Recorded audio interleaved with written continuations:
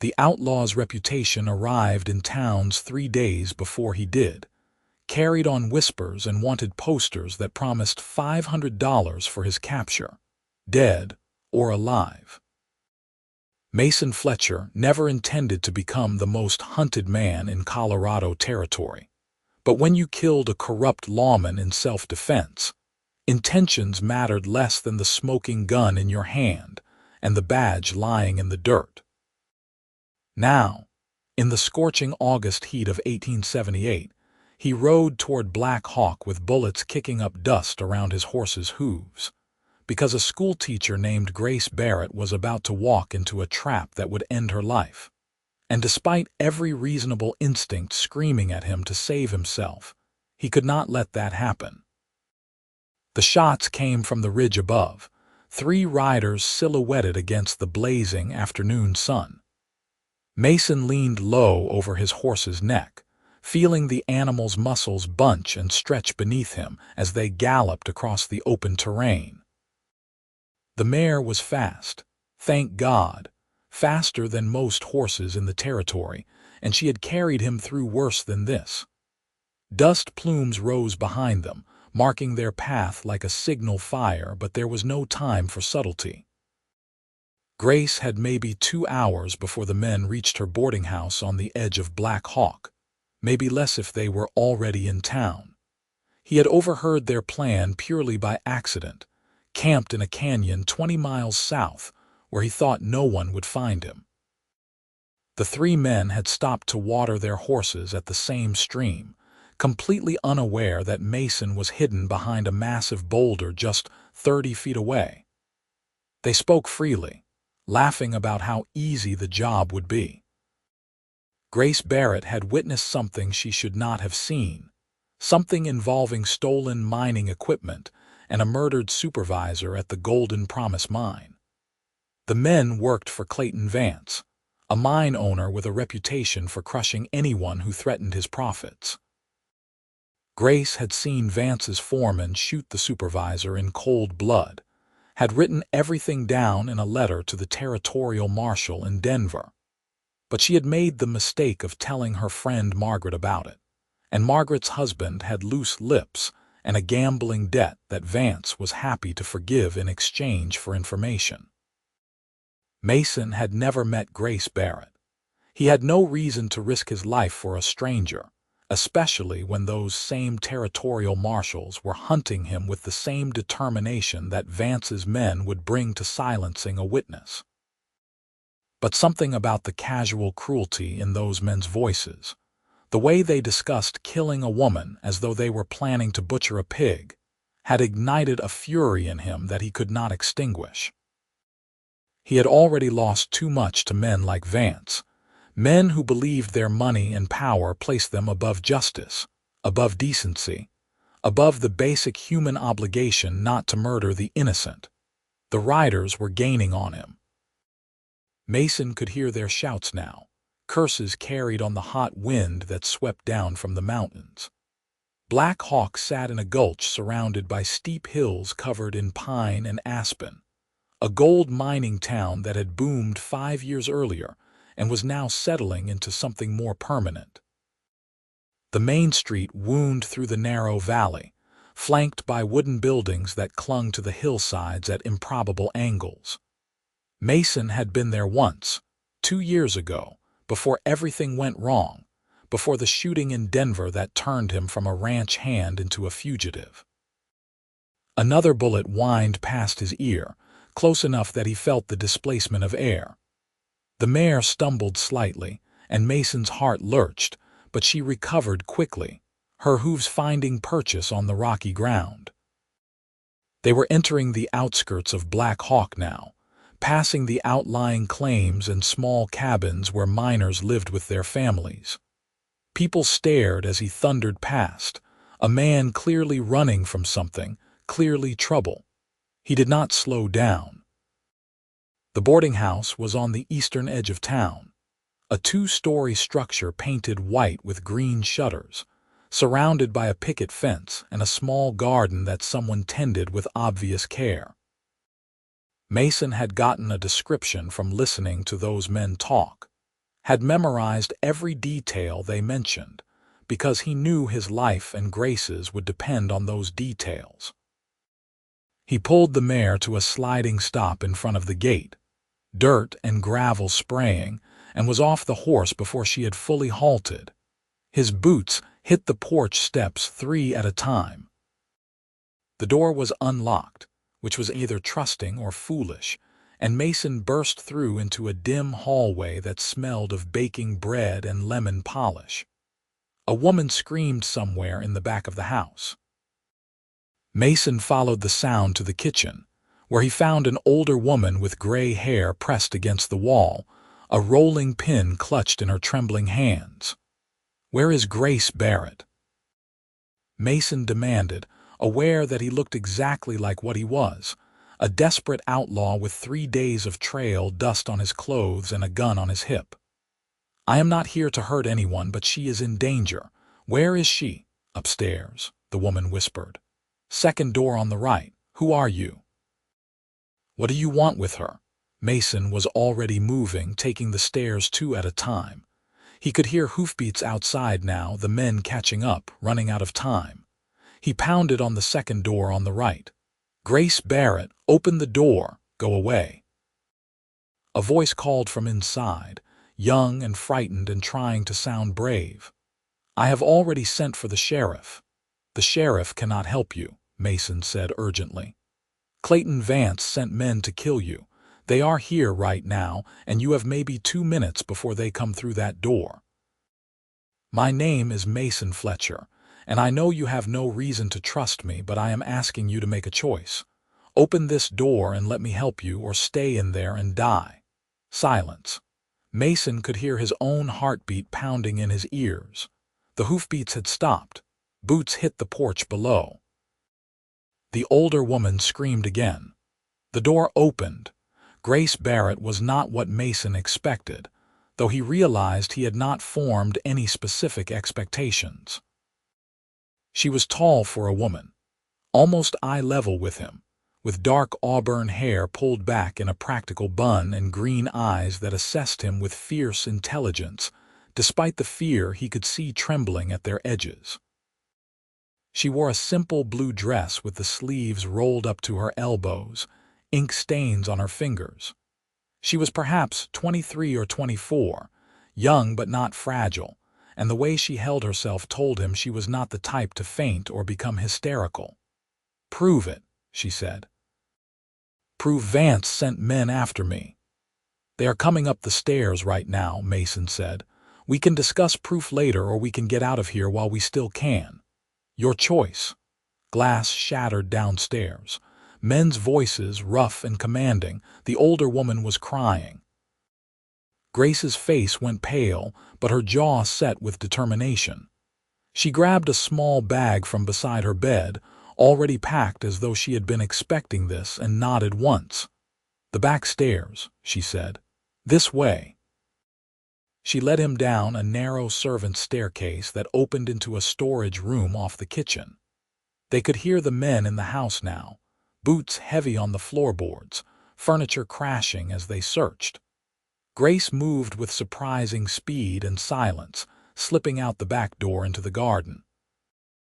Mason's mare stood where he had left her, reins trailing, but she was nervous, ears pinned back at the commotion. "Can you ride?" Mason asked. "I am a schoolteacher in Colorado, not a China doll," Grace said tartly. "Yes, I can ride." "Not like this you cannot," Mason said. He swung into the saddle and extended his hand. "Up behind me. Hold on tight." Grace hesitated only a moment before accepting his hand. She was stronger than she looked, pulling herself up behind him with minimal assistance, and her arms wrapped around his waist without false modesty. The situation was too desperate for propriety. Mason kicked the mare into motion just as the back door exploded open and 2 men burst through, guns drawn. The shots were deafening in the enclosed space of the garden. Mason bent low, shielding Grace as much as he could with his own body, and the mare leaped the picket fence like she had been born for steeplechase. They hit the ground hard on the other side, the impact jarring through both riders, but the mare never broke stride. She stretched into a full gallop, racing away from the boarding house toward the hills that rose beyond the town. "Where are we going?" Grace shouted in his ear, her voice nearly lost in the thunder of hoofbeats and the wind rushing past them. "Away from here," Mason shouted back. "Anywhere but here." They could not outrun 3 men on one horse indefinitely. Mason knew that, and he knew they needed a plan beyond simple flight. The problem was that he had exhausted most of his options over the past 6 months. Every town held potential enemies. Every sheriff was obligated to arrest him on sight. Every honest citizen who might have helped him would be risking their own freedom by harboring a wanted man. And now he had Grace's life tangled up with his own, this stranger who clutched his waist and trusted him because she had no other choice. The mare was slowing, her breathing labored. They had been climbing steadily, following a mining road that wound into the mountains above Black Hawk. The August sun beat down mercilessly, and sweat soaked Mason's shirt beneath the dust. Behind them, he could see the 3 riders, closer now because of the mare's fatigue. They needed shelter, needed to get off the road, needed something to shift the odds in their favor. "There," Grace said suddenly, pointing past his shoulder. "That old mine entrance, I know it. It is part of the Silver Bell claim, but it was abandoned 2 years ago after a collapse. There are tunnels." Mason did not love the idea of trapping themselves underground, but the alternatives were worse. He steered the mare off the road, pushing through scrub brush and scattered pine toward the dark opening Grace had indicated. The mine entrance was partially concealed by a rockslide, barely wide enough for a horse to squeeze through. He dismounted and led the mare inside, Grace sliding down behind him. The cool darkness was a relief after the blazing heat outside, though it took several moments for Mason's eyes to adjust. The mine tunnel stretched back into the mountain, supported by timber beams that looked distressingly old and unstable. Water dripped somewhere deeper in the shaft, a steady plinking sound that echoed off stone walls. "We need to hide the horse," Grace said. She was already moving, surprisingly calm for someone who had nearly been killed twice in the past 10 minutes. "There are side tunnels about 50 feet back. I came here with some of my students on a geology lesson last spring before the owner boarded it up completely." "You are full of surprises," Mason said. "I grew up in mining camps," Grace replied. "My father worked claims all over Colorado and Nevada. I learned to read a mine shaft before I learned to read books." They led the mare deeper into the tunnel, following Grace's confident navigation in the near-total darkness. Mason's hand found the rough wall for guidance, his boots crunching on loose gravel. The side tunnel Grace remembered was there, a narrow branch barely tall enough for the horse but deep enough to conceal her from anyone who did not venture far into the main shaft. Mason tied the reins to a support beam and murmured reassurance to the exhausted animal. "Now what?" Grace asked. They were standing close together in the confined space, and Mason was acutely aware of her presence, the scent of lavender soap cutting through the mineral smell of the mine. "Now we wait and see if they follow us in," Mason said. "And if they do, we have the advantage because they will be silhouetted against the entrance light. You have done this before. Run from people trying to kill me, more often than I would like." They made their way back toward the entrance, staying in the shadows but positioning themselves where they could see the opening. The sunlight outside was almost painfully bright by contrast. Mason drew his revolver, checked the cylinder automatically. 5 rounds remaining. Not enough for a prolonged fight, but enough to make anyone think twice about following them into a dark tunnel. Grace settled beside him, her back against the wall. Now that the immediate crisis had passed, Mason could see the tremor in her hands, the way she pressed them together to still the shaking. Delayed fear, entirely reasonable under the circumstances. "Are you hurt?" he asked quietly. "No," Grace said. "Terrified, but not hurt. Thank you for that. For coming to warn me. I still do not entirely understand why you did. I overheard the men planning to kill you. I could not let that happen. But you are Mason Fletcher." Grace's voice was carefully neutral. "The outlaw. There are wanted posters for you in every town from here to the Kansas border. You killed Marshal Hendricks in Denver." "I did," Mason said. "There was no point in denying it. He drew on me first, but that does not matter to the law. Hendricks wore a badge, which means his death gets avenged regardless of circumstances. Why did he draw on you?" Mason was silent for a long moment, listening for sounds of pursuit outside.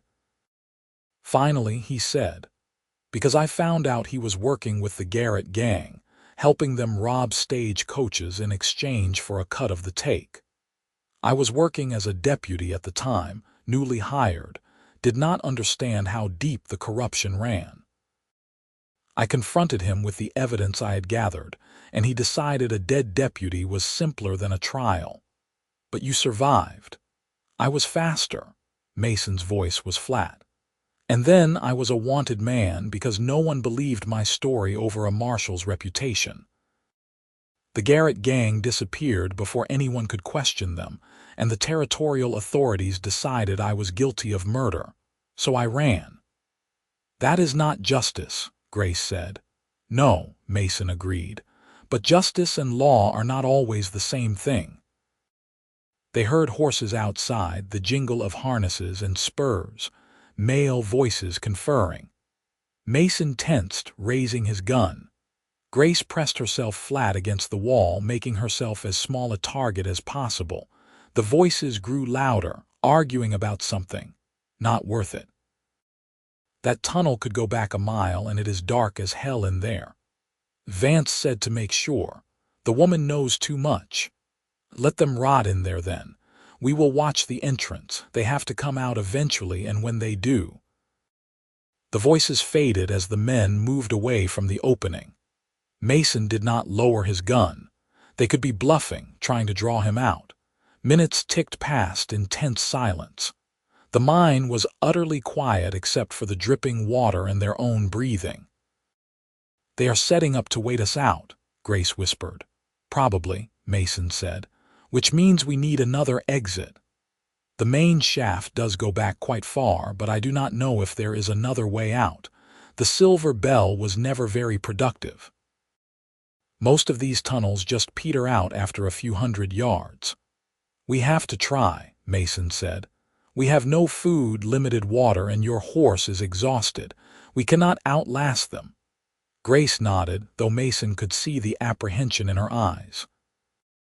Going deeper into an abandoned mine shaft was dangerous under the best circumstances, and these were far from the best circumstances. But staying here meant eventual capture or death, and Mason had not risked everything to save Grace just to trap them both in a hole in the ground. They retrieved the mare and began moving deeper into the mine. Grace walked ahead, one hand trailing along the wall, her knowledge of mining operations guiding them through intersections and past unsafe-looking passages. The darkness was absolute, broken only by occasional shafts of light from ventilation holes that had been drilled up to the surface. The temperature dropped steadily as they descended, the August heat replaced by the clammy chill of deep earth. "There," Grace said suddenly. She was pointing at something Mason could barely see, a vertical shaft rising up from the main tunnel. "That is a ventilation shaft. If it goes all the way to the surface, we might be able to climb out." Mason peered up into the shaft. It was narrow, maybe 3 feet across, and he could see a distant circle of light far above. 40 feet, maybe 50. The walls were rough stone with the remnants of a wooden ladder attached at intervals, though many of the rungs had rotted away. "We cannot get the horse up that," Mason said. "I know." Grace's voice was pained. "But we cannot stay here and we cannot go back. If we can reach the surface, we can circle around and come back for her later." It was a terrible choice. The mare had carried Mason faithfully for months, had just saved both their lives, and leaving her felt like a betrayal. But Grace was right. They had no other option.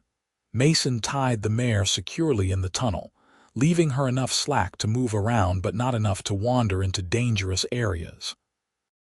He poured the last of his water into his hat and let her drink, stroking her neck and murmuring apologies. The horse nuzzled his shoulder, tired but trusting. "I will come back for you," Mason promised. "I swear it." Then he turned to Grace. "I will go first, test the ladder. If it holds me, you follow. Stay close. If I fall, do not try to catch me, just get out of the way." Grace's expression was difficult to read in the dim light, but she nodded. Mason gripped the first ladder rung, an ancient piece of wood that cracked ominously under his weight. He shifted to the stone wall instead, finding handholds in the rough surface, using the remnants of the ladder only when necessary. Progress was slow and terrifying. Twice, rungs broke beneath his boots, sending him scraping against the stone, his fingers desperately finding new grips. The circle of light above grew gradually larger. 30 feet up, he found a section where the ladder was completely gone, a 10-foot gap with nothing but smooth stone wall. Mason clung to a narrow ledge, breathing hard, his arms trembling with fatigue. Below him, Grace waited, her face a pale oval in the darkness. "Problem," she called up softly. "Nothing I cannot handle," Mason lied. He examined the wall, looking for any crack or protrusion that could serve as a handhold. There, to his right, a narrow seam where water had eroded the stone. If he could traverse horizontally to that seam, he might be able to wedge his fingers in and work his way up. It took 20 minutes of painstaking effort, his body pressed flat against the stone, his fingers bleeding from scraping against the rock. But he made it past the gap, found another section of ladder above, and finally hauled himself over the lip of the shaft onto blessed solid ground.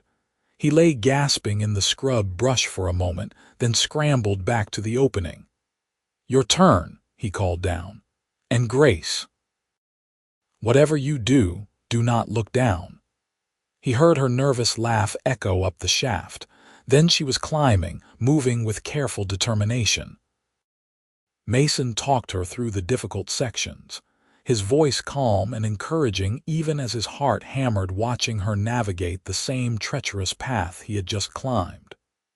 When she reached the gap, he extended his arm down as far as he could, his other hand braced against a solid rock. "You have to trust me," Mason said. "Jump for my hand, I have got you." "This is insane," Grace said, but there was no real heat in it.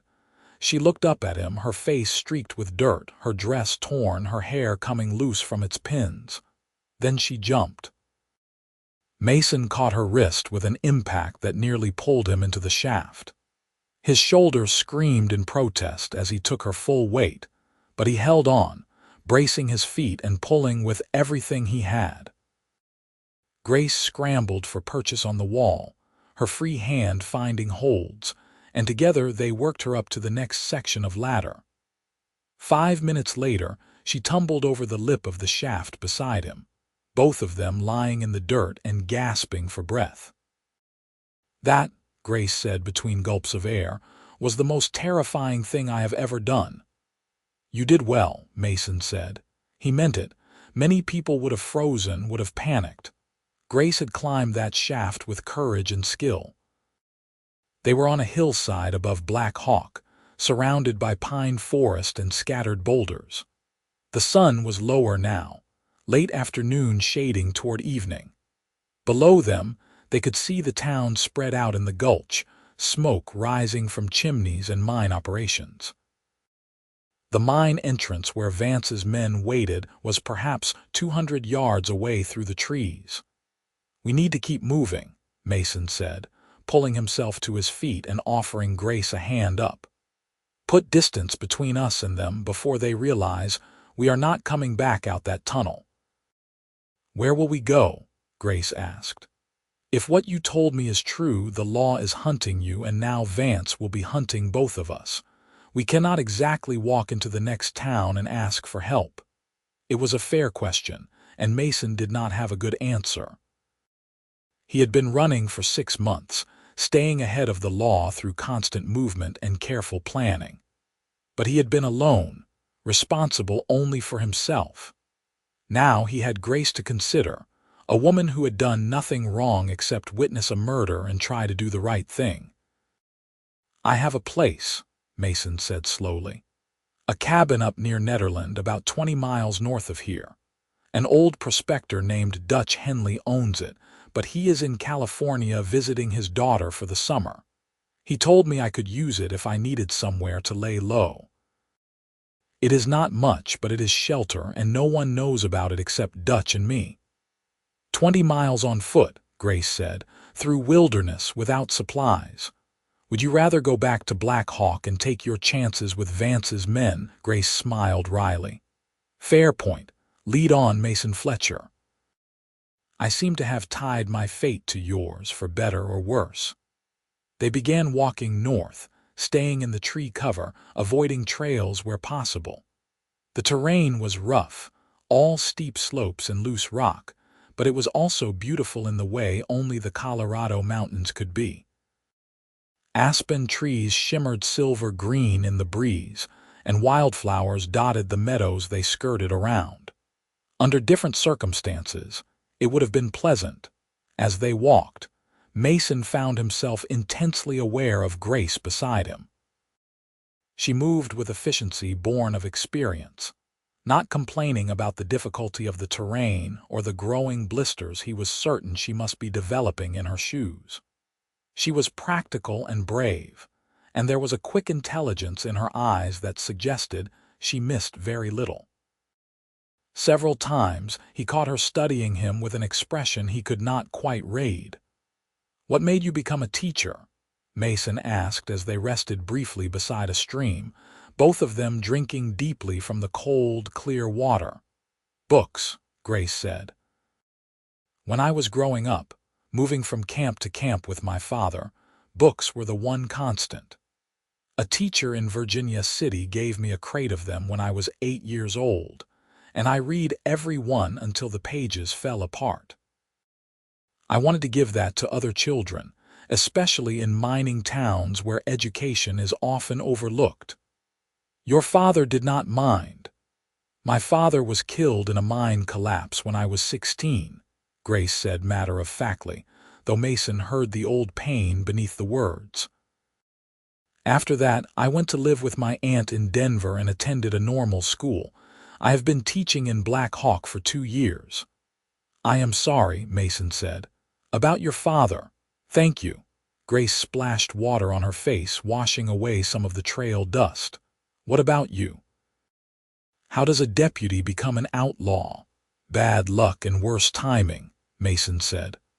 "I grew up on a ranch in Wyoming, worked cattle until I was 23.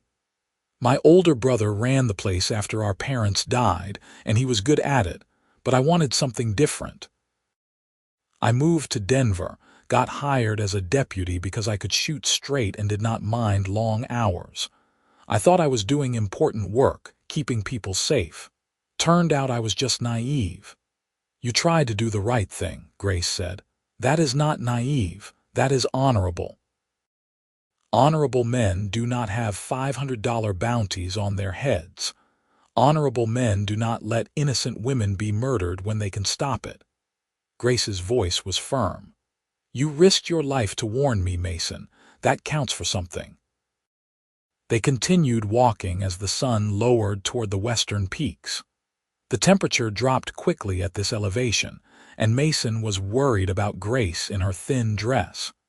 His own jacket was back with the horse, along with most of their supplies.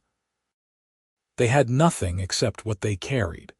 His gun with 5 bullets, the clothes on their backs, and a shared determination to survive. As twilight descended, they reached a small clearing where a lightning-struck pine provided enough dead wood for a fire. It was risky. Smoke might draw attention, but the night would be cold at this elevation, and they both needed rest. Mason built the fire small and efficient, banking it with rocks to contain the light. Grace sat close to the flames, shivering slightly. Without thinking, Mason moved to sit beside her, offering his body heat. She leaned against him gratefully, and he was struck by how natural it felt, how right, to have this woman beside him. They had known each other for less than 6 hours, most of that time spent in mortal danger, but something had formed between them, some connection forged in shared crisis. "Tell me more about the cabin we are heading to," Grace said. "Will we be safe there?" "As safe as anywhere," Mason said. "Dutch Henley is a good man, was a good friend to me when I needed one. The cabin is isolated, tucked back in a canyon where most people would never find it. We can stay there while we figure out our next move." "What is our next move?" Grace asked quietly. "I cannot spend the rest of my life running, and you should not have to either." "I wrote down everything I saw," Grace continued. "The murder, the theft, all of it. The letter I sent to the territorial marshal had copies of the mine's inventory records that show the missing equipment. If that evidence reaches the right people, Vance will be arrested, and I will be safe to come forward." "If it reaches the right people," Mason said. "But Vance has money and influence. He probably has marshals and judges on his payroll, just like Hendricks worked with the Garrett gang. Your letter might disappear before anyone honest sees it." Grace was quiet for a moment. Then she said, "My aunt in Denver, Martha Brennan. She works for the Rocky Mountain News. If I could get the evidence to her, she would publish it. Public pressure might force an investigation that Vance cannot block." "That assumes we can reach Denver without being caught," Mason said, "and that I can enter the city where I am most wanted without being recognized and arrested." "Then we send the evidence without you going in," Grace said. "Or we find someone else to carry it. There has to be a way, Mason. I refuse to believe we escaped today just to spend the rest of our lives hiding." Her determination was infectious. Mason found himself wanting to believe her, wanting to find a way to make things right for both of them. He had been running for so long, staying one step ahead of the law, that he had forgotten what it felt like to think about the future as something other than the next town to avoid or the next shelter to find. They sat together as the fire burned low, stars emerging in the darkening sky above them. The mountains were vast and silent around them, indifferent to human struggles. Mason added more wood to the fire, keeping it burning through the cold night. Grace eventually dozed against his shoulder, exhausted from the day's terrors and exertions. Mason stayed awake, watching the darkness, listening for sounds of pursuit that never came. When dawn broke over the peaks, painting the sky in shades of rose and gold, they were moving again. The second day of their journey was harder than the first. Hunger gnawed at their bellies, and every muscle ached from sleeping on the hard ground. Grace's shoes were falling apart, and Mason tore strips from his shirt to wrap her feet, trying to provide some cushioning against the rocky terrain. She did not complain, but he could see the pain in the tightness around her eyes. Around midday, they discovered a wild strawberry patch on a south-facing slope. The berries were small and tart, barely a handful between them, but they provided a brief respite from hunger. Grace laughed as she ate them, her fingers stained red, and Mason was struck by the sound. In the midst of all this hardship and danger, she could still find joy in something as simple as wild strawberries. "What?" Grace asked, catching him staring. "Nothing," Mason said. Just thinking about how remarkable you are." Grace's cheeks colored, though whether from the compliment or the exertion of climbing, Mason could not tell. "I am only doing what needs to be done, same as you." "No," Mason said. "Most people would have given up by now, or blamed me for dragging them into this. You are different." They resumed walking, but something had shifted between them. The physical proximity required by their situation, the vulnerability of being completely dependent on each other, had created an intimacy that went beyond mere gratitude or necessity. Mason caught himself noticing details about Grace. The way she pushed loose strands of hair behind her ear when she was thinking, the determined set of her jaw when they faced a difficult climb, the intelligence and humor that flickered in her eyes even in their darkest moments. Late that afternoon, they crested a ridge and saw Nederland below them, a small town nestled in a mountain valley. Dutch Henley's cabin was another 2 miles beyond the town, up a narrow canyon accessible only by a trail that most people did not know existed. They approached carefully, watching for any sign of law enforcement or bounty hunters, but the town seemed quiet, absorbed in its daily routines. They skirted around Nederland, staying in the trees, and found the trail Dutch had described to Mason. It wound up the canyon beside a rushing creek, hidden by dense pine forest. The cabin appeared suddenly, a sturdy log structure built against a cliff face, its back protected by solid rock. Smoke-stained stones marked an outdoor fire pit, and there was a lean-to stable that would be perfect for the mare once they could retrieve her. The cabin was locked, but Mason knew where Dutch kept the spare key, under a flat stone beside the door. Inside, the single room was clean and well kept, with a pot-bellied stove, a table and 2 chairs, a narrow bed covered with quilts, and shelves holding a surprising collection of books and a few basic supplies. Best of all, there were canned goods in a cupboard and a barrel of flour that mice had not gotten into. Grace sank into one of the chairs with a sound of relief. "I had started to wonder if this place actually existed. Dutch would never lie to me," Mason said. He was already starting a fire in the stove, his movements automatic. "He was one of the few people who believed my story about Hendricks. He let me hide here for 2 weeks last winter when things got particularly bad." While the stove heated, Mason found a pan and mixed up biscuits from the flour and some lard he found in a crock. It was basic food, but after 2 days with almost nothing to eat, it would taste like a feast. Grace explored the cabin, discovering a small cache of women's clothing in a trunk. "Dutch's late wife, I would guess," she said, holding up a simple brown skirt and white blouse. "Do you think you would mind if I borrowed these? My dress is practically falling off." "I think Dutch would insist," Mason said. "He was always generous like that." Grace changed behind a blanket. They strung across one corner of the cabin while Mason tended the biscuits. When she emerged, Mason's breath caught. The borrowed clothes fit her reasonably well, and with her hair loose around her shoulders, still slightly damp from washing at the basin, she was beautiful in a way that made his chest tight. He had been aware of her attractiveness before, but this was different, seeing her comfortable and relaxed, no longer running for her life. They ate the biscuits with honey from a jar and drank strong coffee, not speaking much but comfortable in the silence.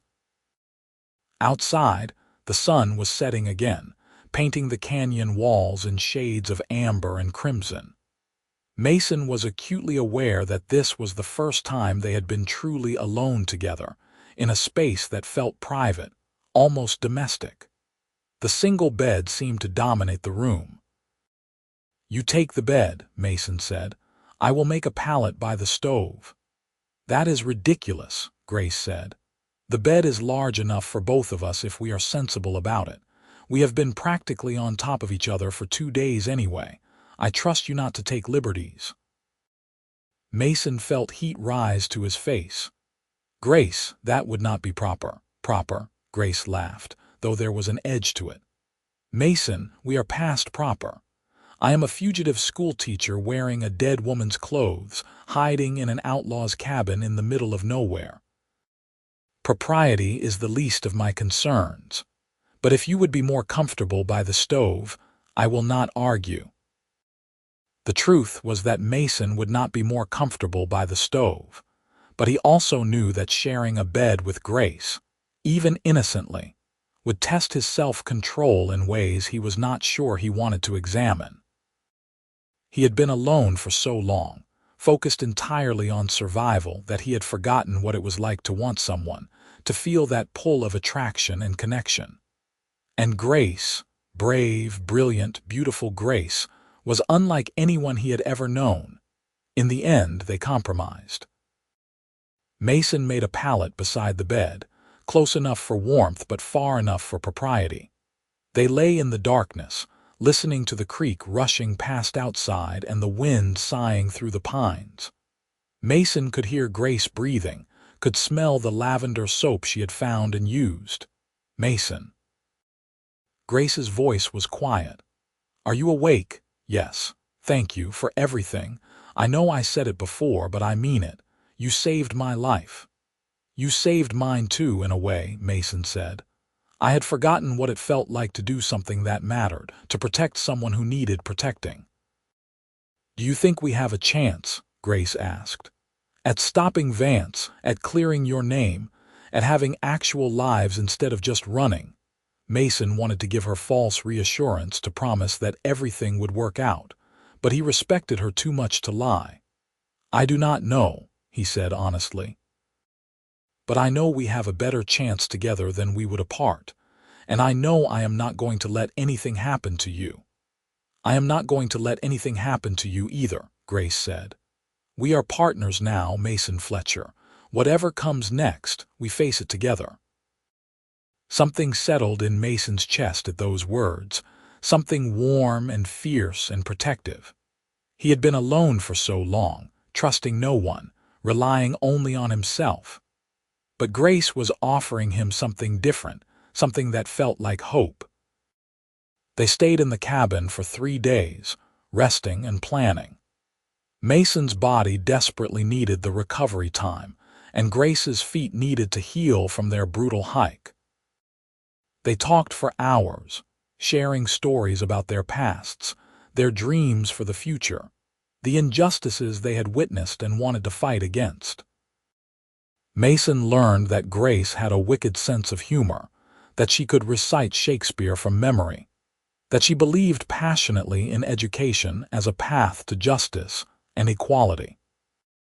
Grace learned that Mason had a gentle touch with animals, that he sang old cowboy ballads while he worked, that beneath his hardened exterior was a man who cared deeply about right and wrong, even when the world had treated him unfairly. On the 4th day, they hiked back toward Black Hawk to retrieve Mason's mare. It was risky, but they needed the horse, and more importantly, Mason had not been able to shake the guilt of leaving her in that mine. They approached cautiously, scouting the area for hours before Mason finally descended into the mine shaft alone, insisting Grace wait above ground as a lookout. The mare was still there, weak but alive, and pathetically grateful to see him. Mason led her carefully through the tunnels and out the ventilation shaft they had climbed, a process that took half the day and required building a rope harness and finding another exit the horse could navigate. But eventually they succeeded, and the mare stood blinking in the sunlight, thin but sound. They returned to the cabin, now a complete party of 3, and spent another week there while the mare recovered her strength and they finalized their plan. Grace would write out everything she had witnessed, creating multiple copies of her testimony. They would send one copy to her aunt at the Rocky Mountain News, another to the territorial marshal in Denver, and a third to a federal judge that Dutch had mentioned was honest and incorruptible. Multiple channels meant Vance could not suppress them all. The problem was delivery. Mason could not enter Denver without near-certain arrest. Grace would be recognized by Vance's men if she tried to go alone. They needed help, and Mason knew only one place to get it. "My brother," Mason said one evening as they sat by the creek watching the mare graze. "Jacob Fletcher. He runs the family ranch up in Wyoming. If I can reach him, explain what is happening, he would help us. Jacob is the most stubbornly honest man I know. He would make sure those letters reached the right people." "How far to Wyoming?" Grace asked. "About 150 miles from here," Mason said. "A week on horseback, maybe less if we push hard." "Then that is what we do," Grace said. She reached over and took his hand, lacing her fingers through his. The gesture was casual, comfortable, but it sent warmth spreading through Mason's entire body. Over the past weeks, they had grown closer in ways that went beyond mere survival. They sought each other's company, found excuses to touch, talked late into the night about everything and nothing. Mason was falling in love with her. He had fought against it, knowing how impossible their situation was, how unfair it would be to entangle Grace further in his complicated life. But love did not ask permission. It simply arrived, settling into his heart like it had always belonged there. He thought Grace might feel the same way, based on the way she looked at him sometimes, the way she leaned into his touch, the way she smiled when he made her laugh. But neither of them had spoken the words aloud. It seemed too dangerous, too presumptuous, to claim something as precious as love when their futures were so uncertain. They left for Wyoming on a cool morning in late September. The aspen had turned gold, blazing against the dark pine, and the air smelled of autumn. They rode together on the mare, who had recovered enough to carry them both at a steady walk. Mason sat in front, guiding the horse, and Grace rode behind with her arms around his waist, her head sometimes resting against his shoulder. The journey was long but uneventful. They avoided towns, traded with isolated ranchers for supplies, camped under the stars. The weather held, crisp but dry, perfect for traveling. And gradually, the desperate urgency that had driven them for weeks began to ease into something gentler, something that felt almost like peace. One night, camped beside a small lake that reflected the moon like polished silver, Grace finally asked the question that had been hanging between them. "What happens after?" she said. "After we deliver the letters and hopefully stop Vance, after we clear your name if we can." "What do you want, Mason?" Mason stared into the fire, choosing his words carefully. "I want to stop running," he said. "I want to wake up in the morning and not immediately think about who might be hunting me.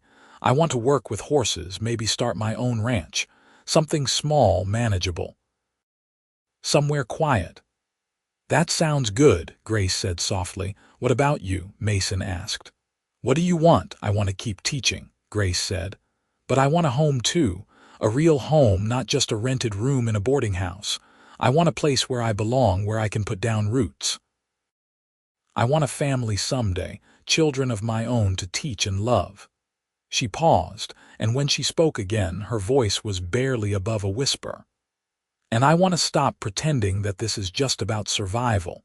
What I feel when I am with you, Mason, it is more than gratitude, more than partnership. I think you know that." Mason's heart was pounding. He turned to face her, the firelight dancing across her features. "I know," he said, "because I feel it too. I love you, Grace Barrett. I have probably loved you since you climbed that mine shaft with more courage than any soldier I have ever seen. And I know the timing is terrible, and our situation is impossible, but I cannot pretend anymore that this is just about keeping you safe. It is about wanting you in my life, wanting to build something with you, wanting a future that has you in it." Grace's eyes shone with tears, but she was smiling. "I love you too," she said. I think I started loving you when you burst into my room looking like a wild man and risked everything to save me. And maybe it is fast, maybe it is crazy, but we have lived more in these past weeks than some people live in years. I know who you are, Mason Fletcher. I know what kind of man you are, and I want that future with you." Mason kissed her then, pulling her close, and it felt like coming home after a long journey. She tasted like creek water and coffee and hope, and when she sighed against his mouth, when her hands came up to frame his face, Mason thought his heart might burst from the sheer rightness of it. They made love that night beside the lake, tender and passionate and full of promises they whispered against each other's skin. Mason had never felt so connected to another person, so vulnerable and yet so safe.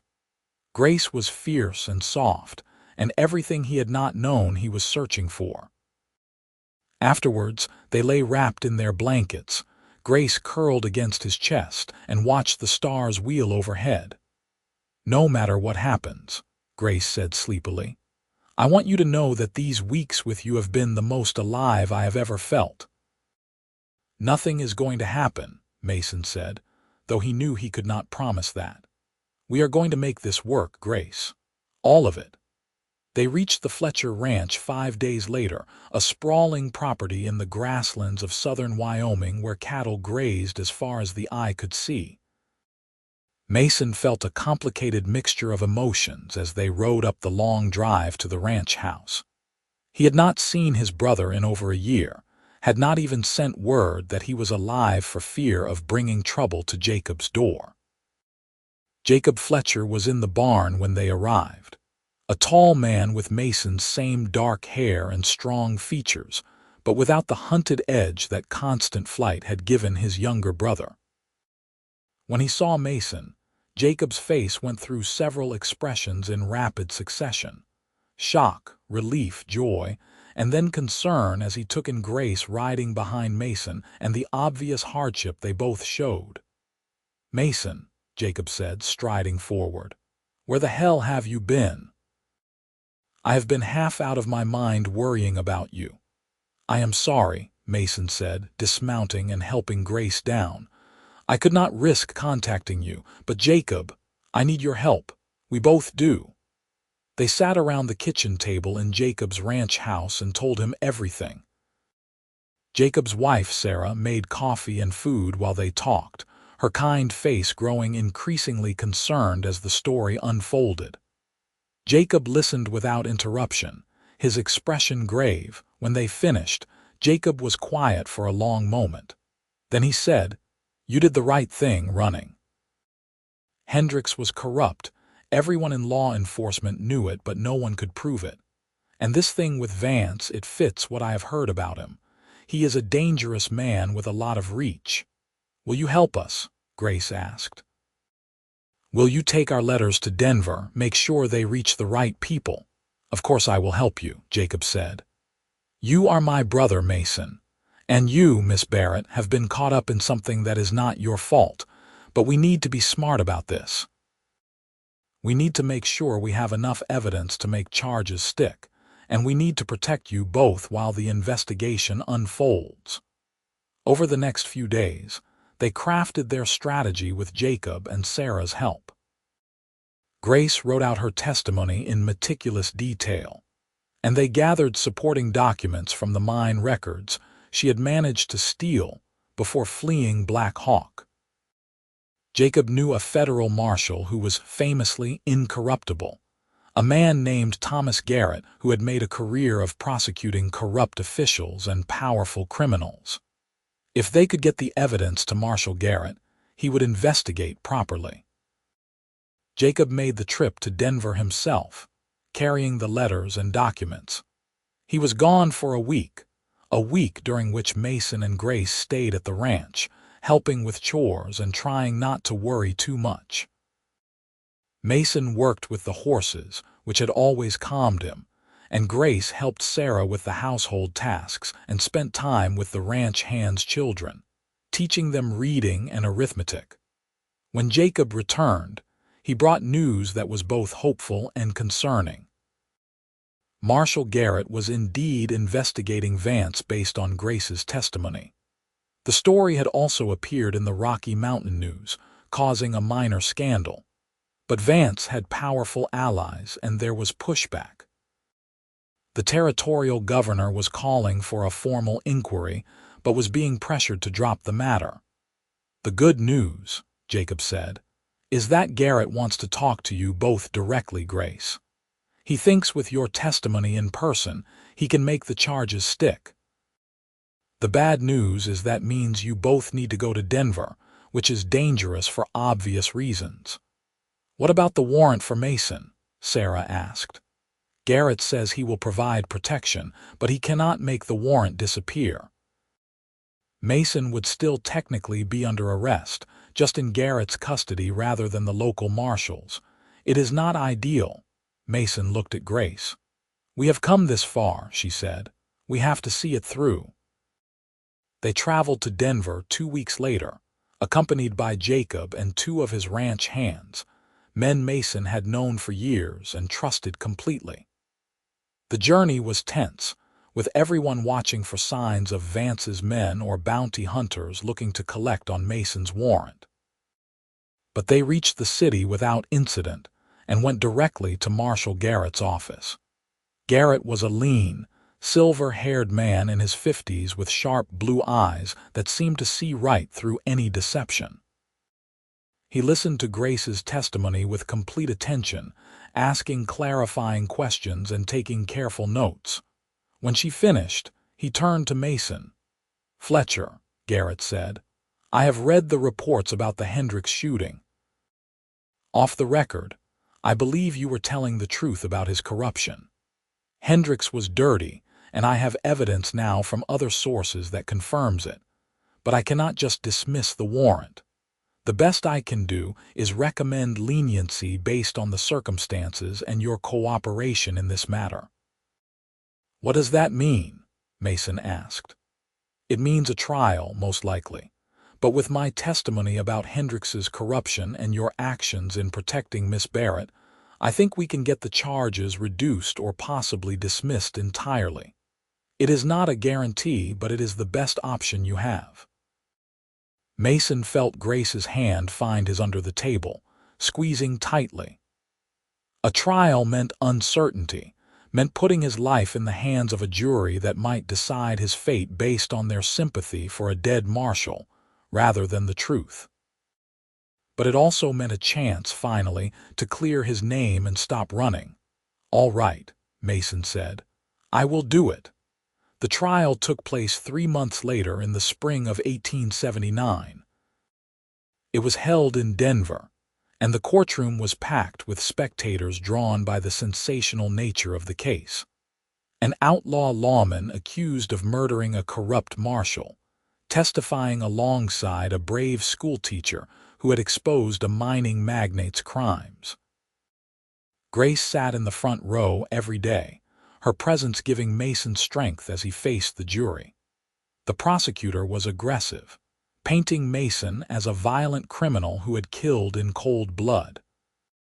But Mason's lawyer, paid for by Jacob, who had sold a portion of his herd to afford good representation, systematically dismantled that narrative. He presented evidence of Hendricks's corruption, brought in witnesses who testified to the marshal's connections with the Garrett gang, and established that Mason had acted in self-defense. Marshal Garrett's testimony was particularly powerful. He described Mason's cooperation in the Vance case, his protection of Grace Barrett despite tremendous personal risk, and his consistent story about the Hendricks shooting. Grace testified about Mason's character, about how he had saved her life and helped her expose serious crimes. The jury deliberated for 2 days. When they returned, they found Mason not guilty of murder but guilty of manslaughter, a lesser charge that acknowledged he had killed Hendricks but under circumstances that warranted leniency. The judge, taking into account all the testimony and Mason's cooperation with law enforcement, sentenced him to time served. The 6 months he had already spent on the run counting against any potential prison sentence. Mason walked out of the courthouse a free man.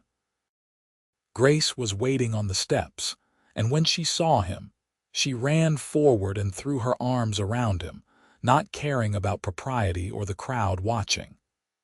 Mason held her tight, breathing in the scent of her hair, feeling the weight he had carried for so long finally lifting from his shoulders. "It is over," Grace whispered against his chest. "You are free." "We are free," Mason corrected. "Both of us." Clayton Vance's trial followed shortly after. The evidence Grace had provided, combined with Marshall Garrett's investigation, was overwhelming. Vance was convicted of murder, theft, and corruption, and sentenced to 20 years in prison.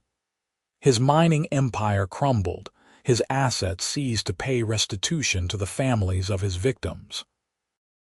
Mason and Grace were married in June of 1879. In a small ceremony at Jacob's ranch with Sarah as matron of honor and Jacob as best man. Grace wore a simple white dress that Sarah had helped her sew, and Mason wore a new suit that made him look almost respectable, though Grace whispered that she preferred him in his dusty trail clothes. They spent their first year married living on Jacob's ranch while Mason saved money working as foreman. He was good with horses, good with men, and Jacob paid him fairly. Grace taught at the local school, delighting in having a classroom of her own again. They lived in a small house on the ranch property, nothing fancy but theirs, and every night Mason came home to Grace, he felt gratitude for the impossible series of events that had brought them together. In the spring of 1880, they bought their own land. A small ranch 50 miles north of Jacob's place with good grass and a creek running through it. The property came with a modest house that needed work, and they spent months fixing it up together, building something that was truly theirs. Mason started breeding horses, a small operation at first but one that showed promise. Grace continued teaching at a school in the nearest town, riding the 10 miles each way 3 days a week. Their first child, a son they named Thomas after Marshall Garrett, was born in the winter of 1881. Mason held his son for the first time with trembling hands, overcome by the reality of this tiny person who depended on him, who represented the future he and Grace were building together. Grace was radiant, even exhausted from labor, laughing at Mason's obvious nervousness. "You faced down armed men and climbed mine shafts," she teased. "But an 8-pound baby terrifies you. This is different," Mason said, unable to take his eyes off his son. "This is everything." They had a daughter 2 years later, named Martha after Grace's aunt who had published the story that helped bring down Vance, and then another son 3 years after that, named Jacob after Mason's brother. Their house was loud and chaotic and full of love. Mason taught his children to ride almost as soon as they could walk, and Grace taught them to read from the books that lined the shelves in every room. The ranch prospered slowly but steadily. Mason's horses gained a reputation for intelligence and good temperament, and buyers came from as far as Montana to purchase them. Grace eventually stopped teaching at the town school and instead opened a small school on their own property, teaching not just their own children but those of neighboring ranchers and the children of the 2 ranch hands Mason had hired as the operation grew. On summer evenings, they would sit on the porch and watch the sun set over the mountains, the children playing in the yard, the horses grazing in the near pasture. Mason would hold Grace's hand and think about the day he had ridden through gunfire to warn her, how one decision made in desperation had changed the course of his entire life. "You ever regret it?" Mason asked one evening when the children were older, Thomas nearly 12 and already showing signs of his father's skill with horses. "The way we met, everything that happened. How hard those first years were. Grace turned to look at him, her green eyes still as vibrant as the day he had first seen her. There was silver in her auburn hair now, and lines at the corners of her eyes from years of laughter and sun. But to Mason, she was just as beautiful as she had been that day in the boarding house when she had opened the door and trusted a desperate stranger. "Regret," Grace said. "Mason, you saved my life. You gave me this life. You gave me a love I did not think existed outside of books and a family and a home where I belong. How could I possibly regret any of it, even the parts where we were hungry and scared and sleeping on the ground?" "Especially those parts," Grace said, "because those are the parts that showed me exactly who you are. Those are the parts where we learn to rely on each other, to trust each other completely. Not everyone gets tested like that, Mason. Not everyone gets to know, beyond any doubt, that the person they love would ride through bullets for them." Mason pulled her close, kissing her temple. "I would do it again," he said. "Every part of it just to end up here with you." They sat together as the last light faded from the sky and the first stars appeared. Thomas came running up from the barn to tell them about a new foal that had been born. Martha followed with a book she wanted her mother to read, and little Jacob demanded to be picked up by his father. Mason gathered his youngest son into his arms, feeling the weight of him, the absolute trust and love, and looked at his family, his home, his life. He had been an outlaw once, a wanted man running from justice and death. He had ridden through bullets and climbed mine shafts and risked everything for a woman he did not know. And somehow, impossibly, that desperate gamble had led him here, to this moment, to a life richer and fuller than anything he could have imagined. Grace caught his eye across the porch and smiled, that same smile that had made his heart skip in a dark mine tunnel, and Mason smiled back. They had built something beautiful together, something worth every hardship they had endured. They had taken the worst the world could throw at them and turned it into love, into family, into home. The years continued to pass gently. Thomas grew into a fine young man, as skilled with horses as his father, and eventually took over much of the daily operation of the ranch. Martha became a teacher like her mother, opening her own school in a growing town 20 miles away. Young Jacob showed an unexpected talent for business and helped expand the ranch's operations, building relationships with buyers across the Western Territories. Mason and Grace grew old together, their bodies aging but their connection only deepening with time. They watched their children grow and marry and have children of their own. They celebrated 40 years of marriage surrounded by family, and then 45, and then 50, their small ranch having become the heart of a sprawling family enterprise that employed dozens of people and was known throughout Wyoming and Colorado. On a warm evening in the summer of 1929, 50 years after they had first met, Mason and Grace sat on the same porch where they had spent so many evenings. They were both in their 70s now, their bodies weathered by decades of hard work and mountain weather, but their hands still fit together perfectly, fingers interlaced. "Tell me the story again," Grace said, as she had asked countless times over the years. "Tell me about the day you saved me." "I've told that story 1,000 times," Mason said, but he was smiling. "Then tell it 1,001, Grace said. "I never tire of hearing it." So Mason told her again, describing how he had overheard the men planning her murder, how he had ridden through bullets to reach her, how she had opened the door and trusted him despite every reason not to. He described the mine shaft and the climb, the journey to his brother's ranch, the trial and the vindication. He described every moment that had led them to this life they had built together. Grace listened with her head on his shoulder, and when he finished, she said what she always said. That is my favorite story. Mine too, Mason agreed. They sat in comfortable silence, watching the sun paint the mountains gold and crimson. Their great-grandchildren were playing in the yard now, the fourth generation of Fletchers to grow up on this land. Everything Mason and Grace had dreamed of during those desperate days of running and hiding had come true, and more besides. Mason had long since stopped being the outlaw cowboy who rode through bullets. He had become a husband, a father, a grandfather, a pillar of his community. But he never forgot where he came from, never forgot the man he had been, and the choice he had made to save a stranger because it was the right thing to do.